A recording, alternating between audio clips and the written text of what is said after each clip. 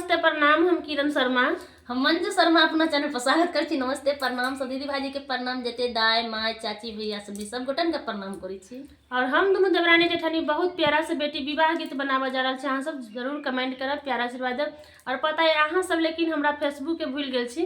अहाँ सब हमरा फेसबुक चैनल पर जाकर सबको सपोर्ट करो। जते फेसबुक पर देखे छी सब यूट्यूब चैनल पर सपोर्ट करो, और जे यूट्यूब पर देखे छी से फेसबुक चैनल पर सपोर्ट करो।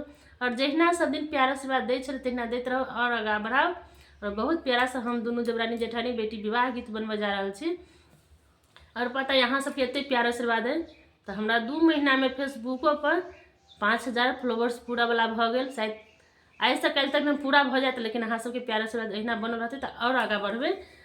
तो अहाँ सब और कमेंट करू, जल्दी जल्दी फॉलोवर्स बढ़ा दियो।